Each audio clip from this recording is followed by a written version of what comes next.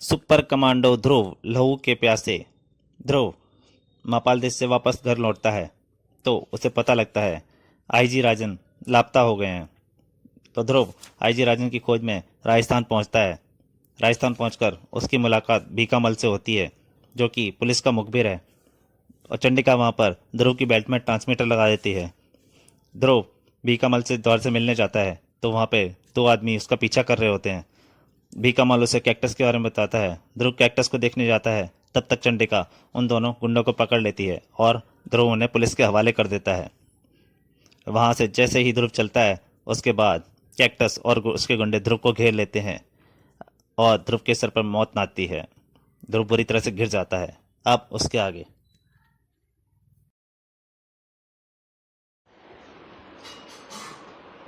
ये इसी लड़के की चाल है, भून डालो इसको। गोलियों के धमाके से क्षण भर के लिए गोदाम में उजाला हो गया, लेकिन ध्रुव अब अपने स्थान पर नहीं था। कहाँ गया? जाएगा कहाँ, यहीं कहीं छिपा होगा। राका, बाहर तो जाकर देखो, शायद फ्यूज उड़ गया है। और तुम सब उसको ढूंढो।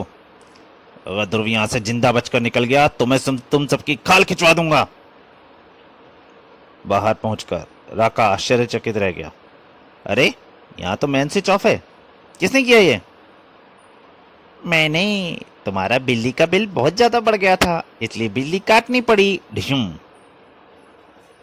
अंदर बाकी बदमाशों को भी ऐसी ही मुश्किलों का सामना करना पड़ रहा था। संभल कर आना सूका, वह यहाँ कहीं पर भी कप है। सूका कहाँ गया? धड़ाम। और ये धड़ाम की आवाज कैसी? Cactus cactus. तभी किसी ने उसकी टांग अड़ा दी। यह गया दूसरा। ढिशुम। मुझे कौन बुला रहा था? और यह आका अब तक फिर ठीक करके लौटा क्यों नहीं? हल्की सी ठंड के बावजूद कैक्टस जैसे खतरनाक हत्यारे के माथे पर पसीने की बूंदें चमक रही थीं, क्योंकि वह जानता था कि ध्रुव उसी की तरफ बढ़ रहा है। उसका ख्याल भी सही था, लेकिन उसी वक्त कोई और ध्रुव की ओर लपक रहा था। इसका एहसास ध्रुव को ऐन समय पर हुआ। वह तेजी से झुका और एक बदन उसके ऊपर से उड़ता हुआ एसिड भरे टैंक में जा गिरा। आ! तभी बत्तियां जल उठी और एसिड के टैंक में गलता सूखा का शरीर साफ दिखने लगा। ध्रुव भी यह भयानक दृश्य देखकर पल भर के लिए जड़ हो गया। कैक्टस जैसे सदे हत्यारे को ऐसे मौके की तलाश थी। मेरा एक प्लान फेल हो गया तो क्या हुआ? मेरा दूसरा प्लान तैयार है, लेकिन उसके लिए पहले मुझको पिछले दरवाजे से भागना पड़ेगा।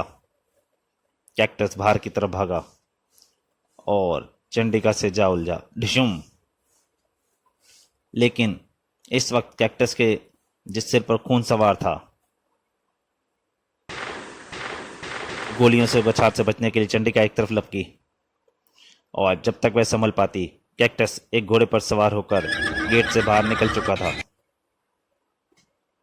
चंडिका, तुम यहां पर कैसे आई? यह वक्त इन फिजूल वालों का नहीं है ध्रुव। ओह, तुम्हारे माथे पर तो गोली का घाव है, इससे खून भी बह रहा है।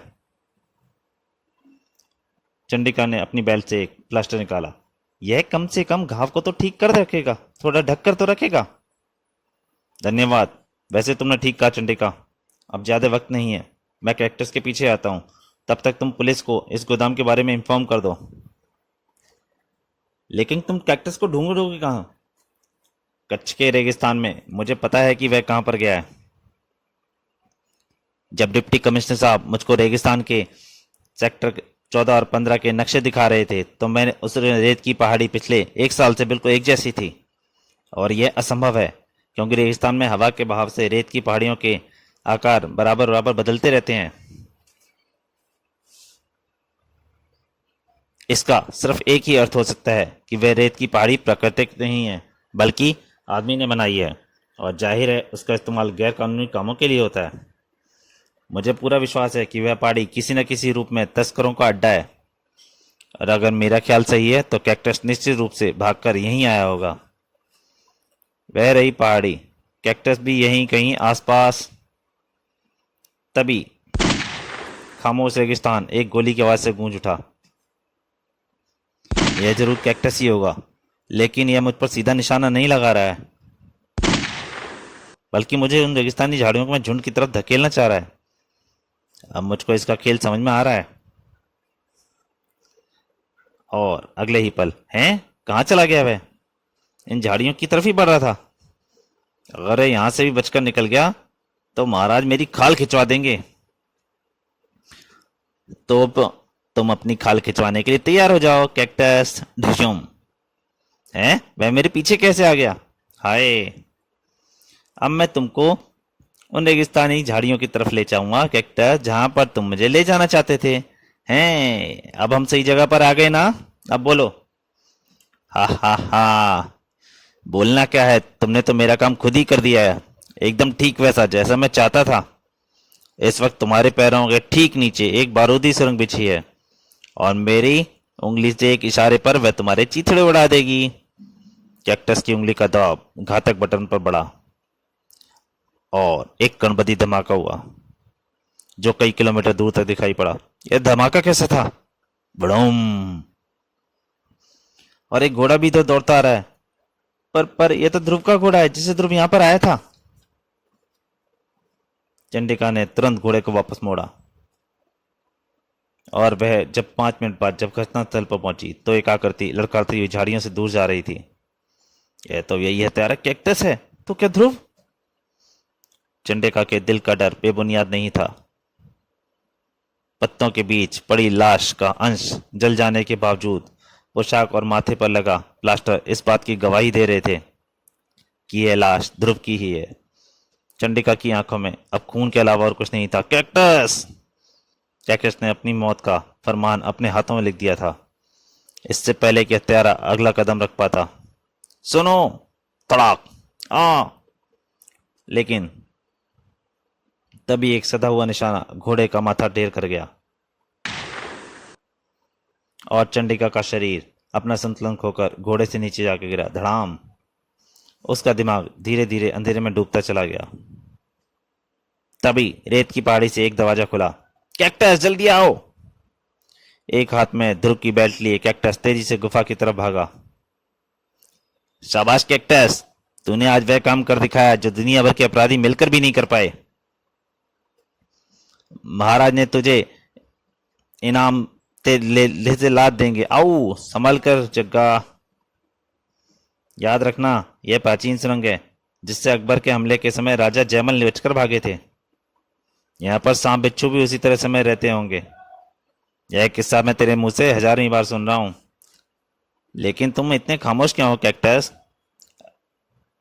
अबे अंधे, देखता नहीं, विस्फोट की लपेट में आकर इसका मुंह भी जल गया है। बेचारा बोलेगा कैसे?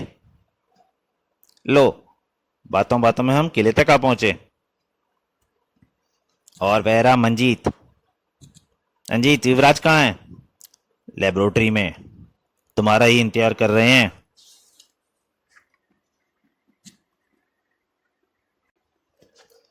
और दूसरी तरफ चंडिका को जब होश आया।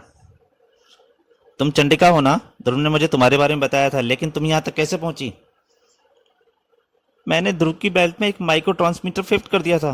मैं उसी के सिग्नलों का पीछा करते करते यहां तक पहुंच गई। लेकिन लेकिन लेकिन क्या? बेल्ट, ध्रुव की लाश पर से बेल्ट गायब है, देखिए। ओहो, कैक्टस जरूर बेल्ट की सबूत के तौर पर अपने साथ ले गया होगा कि उसने ध्रुव को मार डाला है। अगर ऐसा है तो हम इस सिग्नल का पीछा करके ध्रुव के हत्यारों तक पहुंच सकते हैं। यू आर राइट, जल्दी आओ। और किले में। युवराज की जय हो। क्या खबर लाए हो कैक्टस? समाचार बहुत ही शुभ है युवराज। दुश्मन कुत्ते की मौत मारा गया। इस वक्त तो उसकी मां भी उसकी शायद पहचान ना पाए। सच? ध्रुव सच में मर गया? शाबाश कैक्टस, शाबाश। हम पूरी घटना तुम्हारे मुंह से सुनना चाहते हैं। बीच में बोलने के लिए माफी चाहता हूं युवराज। दरअसल जिस विस्फोट से ध्रुव मारा गया, कैक्टस भी उसी विस्फोट की चपेट में आ गया था। विस्फोट से इसका चेहरा, मुंह जल गया है, इसीलिए यह बोलने में असमर्थ है। हम तुम्हारे ठीक होने की प्रतीक्षा करेंगे कैक्टस। जग्गा, अब हमारी लैब में काफी हीरोइन तैयार हो गई है। तुम आज इसके लिए से माल लेकर सुरंग के रास्ते से रेगिस्तान जाओगे और फिर रेगिस्तान से सलमेर की तरफ आने की कोशिश करोगे ताकि पुलिस को यह शक बना रहे कि यह सारी तस्करी सीमा पार से होती है और हम सलमेर में बैठे बैठे हीरोइन को भारत के कोने कोने में पहुंचाते रहेंगे। हा हा हा। जो आ गया युवराज। आओ कैक्टस, आज हम तुमसे बहुत खुश हैं। तुमने आज हमारे रास्ते का बहुत सबसे बड़ा कांटा दूर कर दिया है, इसलिए हम एक दूसरे कांटे को निकालने का श्रेय भी तुमको ही देंगे। आओ हमारे साथ। जिगरी, देखो वह रहा कांटा, और यह है कांटा निकालने का औजार, पोटेशियम साइनाइड से भरा इंजेक्शन। दूसरी तरफ, ये सिग्नल पुराने किले से आ रहे हैं सर। असंभव, वहां पर तो कोई भी नहीं रहता। यह रहता है। नाथन, जीप और तेज चलाओ।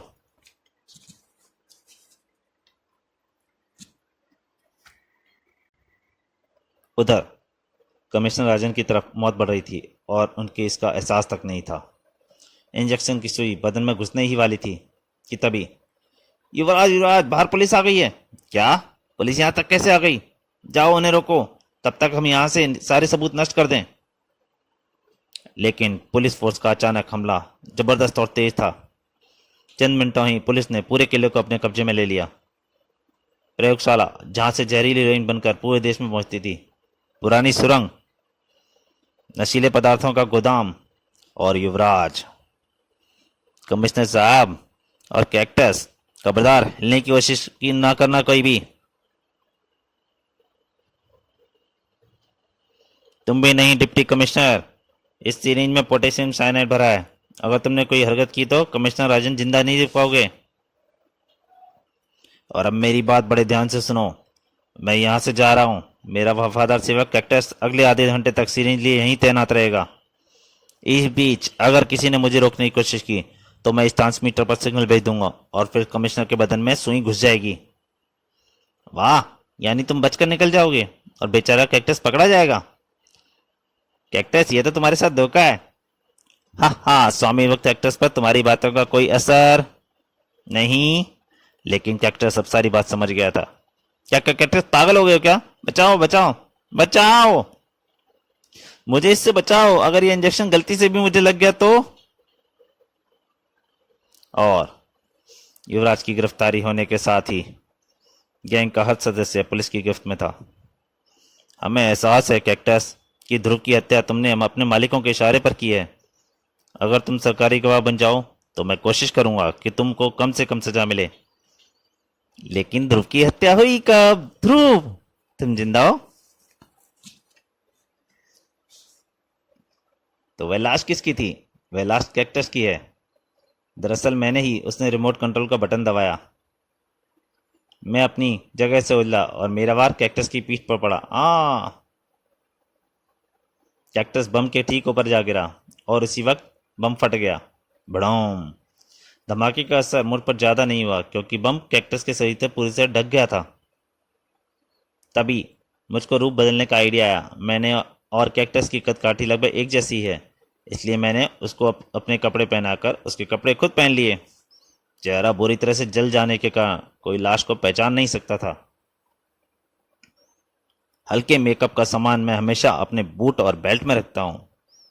उसी की मदद से मैंने अपना चेहरा कैक्टस जैसा बना लिया। बाकी असर कालिक और धूल ने पूरी कर दी। अब चलूं उस पहाड़ी की तरफ। चलते चलते मैंने अपने माथे का प्लास्टर उतार कर कैक्टस के माथे पर चिपका दिया। ओ, तुम्हारे इस काम ने तो मुझे बेवकूफ बना दिया। लेकिन मेरी बेल्ट पर बिना बताए एक ट्रांसमीटर लगाकर तुमने भी तो मुझे बेवकूफ बनाया था ना। यह मैंने तब देखा जब मैंने अपनी बेल्ट कैक्टस की लाश को पहना रहा था। तब मैं जानबूझकर बेल्ट को अपने साथ लेता आया ताकि इसकी मदद से पुलिस इन लहू के प्यासों के अड्डे तक पहुंच सके। और मैं अब तक यह समझ रहा था कि यह सारी तस्करी सीमा पार से होती है। वह सब इनकी चाल थी ताकि पुलिस और सुरक्षा वालों का ध्यान सीमा पर ही लगा रहे और ये इसी तरह किले से बेरोक-टोक तस्करी कर सकें। इसके लिए ये बीच बीच में ऐसा नाटक भी करते थे कि मानो ये हीरोइन वाकई सीमा पार से आ रही है। और फिर पुलिस को चकमा देकर ये उसी सुरंग के रास्ते से किले तक आ जाते थे जिससे मुझे लाया गया। अरे यह चंडिका कहाँ चली गई? पता नहीं, अभी तो यहीं थी। पर एक बात है ध्रुव, हमें यह कामयाबी सिर्फ तुम्हारी वजह से मिली है। लेकिन अधूरी। अभी गिरोह का सरदार महाराज पुलिस से चंगुल से बाहर है। उसकी चिंता मत करो, वह हम उगलवा लेंगे। जहां ने 3rd डिग्री का इस्तेमाल किया, ये सारे के सारे टेप रिकॉर्डर की तरह चालू हो जाएंगे। उसकी जरूरत नहीं पड़ेगी, आप मेरे साथ चलिए। पर कहां? आइए तो। लेकिन पहले हम रास्ते में एक आदमी को यह खुशखबरी देते चलेंगे। किसको भाई? आखिर तुम जाना कहां चाहते हो? उसके पास। भिकामल? अरे बेटा, तुम इस पोशाक में? हाँ बाबा, आपको यह जानकर खुशी होगी कि मैंने आपके बेटे की मौत का बदला ले लिया। क्या? हाँ बाबा, अब पूरा गैंग हमारे कब्जे में है। पुलिस ने उन सबकी खूब धुनाई की, और इस गिरोह के मुखिया युवराज की तो हमने मार मार कर चमड़ी उधेड़ दी। क्या? हाँ, हमने उसकी उंगलियों के नाखून उखाड़ दिए, चाकू से उसकी खाल काटकर उसमें नमक भर दिया, तब कहीं जाकर, हाय, यह तो बेहोश हो गया। नहीं सर, बेचारा अपने बेटे पर काल्पनिक अत्याचारों का वर्णन नहीं सुन पाया। अपने बेटे पर? यानी? हाँ सर, यह भीखम अली महाराज है, युवराज का पिता और इस गैंग का बॉस। फिर बाद में भीखामल ने कबूल कर लिया है कि वह इस गिरोह का सरगना है। लेकिन तुमने समझा कैसे कि भीखामल ही महाराज है?